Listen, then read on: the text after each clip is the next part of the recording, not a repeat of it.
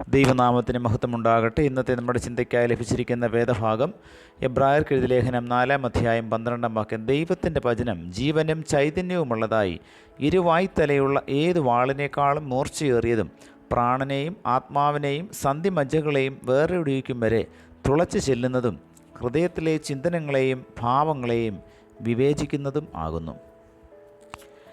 സ്വിറ്റ്സർലൻഡിലെ doctor Kaiser Milan പാരീസിലേക്കുള്ള ഒരു ട്രെയിനിൽ യാത്ര ചെയ്യുകയായിരുന്നു.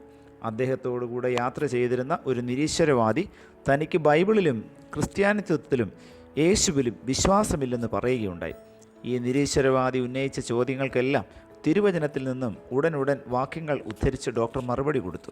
ഉടനെ ആ നിരീശ്വരവാദി പറഞ്ഞു, ഞാൻ ബൈബിളിൽ വിശ്വസിക്കുന്നില്ല, യേശുവിൽ വിശ്വസിക്കുന്നില്ല, പിന്നെ നിങ്ങൾ വചനം ഉദ്ധരിക്കുന്നതിനാൽ എന്താണ് പ്രയോജനം?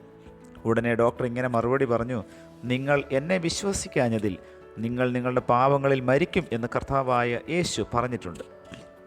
10 വർഷങ്ങൾക്ക് ശേഷം ഡോക്ടർ മിലാന് പാരീസിൽ നിന്നും ഒരു ലെറ്റർ കിട്ടി. പഴയ നിരീശ്വരവാദി ട്രെയിനിൽ അന്ന് നടന്ന സംഭാഷണത്തെ അടിസ്ഥാനമാക്കി എഴുതിയതായിരുന്നു.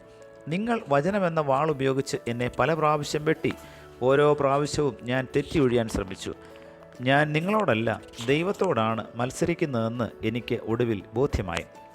ദൈവത്തിൻ്റെ വാൾ യോഗ്യമായി ഉപയോഗിക്കുവാൻ നമുക്ക് പ്രാപ്തിയില്ലെങ്കിൽ വിജയകരമായി അത് ഉപയോഗിക്കുവാൻ സാധിക്കുന്നതല്ല.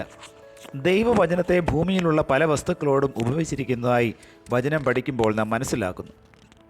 മായമില്ലാത്ത പാല്, ദഹിപ്പിക്കുന്ന അഗ്നി, പാറയെ തകർക്കുന്ന ചുറ്റിക, മുഖം നോക്കുന്ന കണ്ണാടി, കാലിന് ദീപം, ജീവനുള്ള വിത്ത്, ഇരുവായ്ത്തലയുള്ള വാളിനേക്കാൾ മൂർച്ചയേറിയ ആയുധം എന്നിങ്ങനെ വിവിധ വിശേഷണങ്ങളാണ് നൽകിയിരിക്കുന്നത്. ദൈവവചനം ക്രമീകൃതമായി മനസ്സോടെയും ഏകാഗ്ര ഹൃദയത്തോടെയും വായിക്കുമ്പോൾ അത് നമ്മുടെ ആത്മാവിന് പുതുക്കത്തിൻ്റെ അനുഭവത്തിലേക്ക് എത്തിക്കുന്നു. അപ്പോസ്തല പ്രവൃത്തികൾ 8-ാം അധ്യായം 26-ാം വാക്യം മുതൽ വളരെ രസകരവും എന്നാൽ ഗൗരവകരവുമായ ഒരു സംഭവം ദൈവവചന പഠനത്തെ അടിസ്ഥാനമാക്കി നാം പഠിക്കുന്നു. കർത്താവിൻ്റെ ദൂതനാൽ അരുളപ്പാട് ലഭിച്ച ഫിലിപ്പോസ് എഴുന്നേറ്റ് തെക്കോട്ട് യെരുശലേമിൽ നിന്ന് ഗസയ്ക്കുള്ള നിർജ്ജനമായ വഴിയിലേക്ക് പോയി. യെരുശലേമിന് തെക്ക് പടിഞ്ഞാറായി മെഡിറ്ററേനിയൻ തീരത്തുള്ള സ്ഥലമാണ് ഗസ. ശമരിയയിൽ വളരെ അനുഗ്രഹിക്കപ്പെട്ട ഒരു ശുശ്രൂഷ നിർത്തിവെച്ചിട്ട് ആണ് ദൈവം പറഞ്ഞ മറ്റൊരു സ്ഥലത്തേക്ക് പോകുവാനുള്ള മനസ്സ് ഫിലിപ്പോസ് കാണിച്ചത്.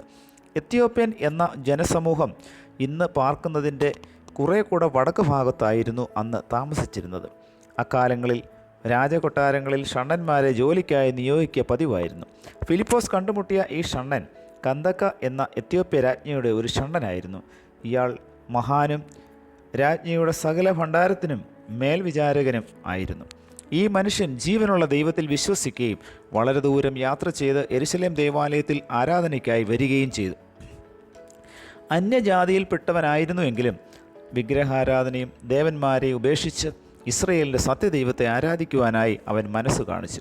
ഇത്രയും ദൂരം യാത്ര ചെയ്ത് അവൻ വന്നതിലൂടെ ഇസ്രയേലിൻ്റെ ദൈവത്തോടും ദൈവവചനത്തോടും അവനുള്ള സമർപ്പണം എത്ര വലുതായിരുന്നു എന്ന് നമുക്ക് മനസ്സിലാക്കാം.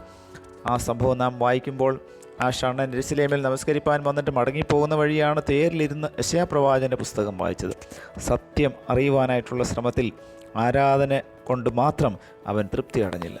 അവിടെ നടന്ന നാടകീയമായ രംഗങ്ങൾ പരിശുദ്ധാത്മാവ് ഫിലിപ്പോസിനോട് പറഞ്ഞതിന് പ്രകാരം ഫിലിപ്പോസ് തേരിനോട് ചേർന്ന് നടന്ന് അയാൾ വായിക്കുന്ന പ്രവാചക പുസ്തകം കേട്ടു. നീ വായിക്കുന്നത് ഗ്രഹിക്കുന്നുവോ എന്ന് ഫിലിപ്പോസിൻ്റെ ചോദ്യവും അതിന് ഷണ്ണൻ പറയുന്നതായിട്ടുള്ള ഉത്തരവും പരിശുദ്ധാത്മാവ് ഒരു വിശ്വാസിയിൽ എപ്രകാരം പ്രവർത്തിക്കുന്നു എന്ന് നമുക്ക് മനസ്സിലാകുന്നു. ഈ ഷണ്ണൻ പഴയ നിയമത്തെക്കുറിച്ചോ യേശുവിൻ്റെ വരവിനെക്കുറിച്ചോ വേണ്ടത്ര അറിവില്ലാത്ത ഒരു വിദേശിയായിരുന്നു. ഇന്ന് പല വിശ്വാസികളും വേദപുസ്തകം വായിക്കുന്ന കാര്യത്തിൽ ഈ ഷണ്ണനെ പോലെയാണ്, യാതൊന്നും ഗ്രഹിക്കാതെയാണ് വായിക്കുന്നത്. നാം ആമുഖത്തിൽ കേട്ടതുപോലെ ഇരുവായ്ത്തലയുള്ള വാളിനേക്കാൾ മൂർച്ചയുള്ള വാളായി പ്രവർത്തിക്കുമെങ്കിൽ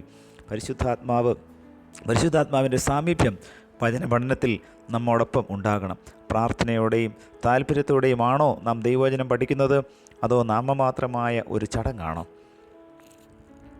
യേശുവിനെ യഥാർത്ഥമായി ഫിലിപ്പോസിലൂടെ കണ്ടുമുട്ടിയ ആ മനുഷ്യൻ സ്നാനം സ്വീകരിച്ച് ഒരു ക്രിസ്ത്യാനിയായി മാറി.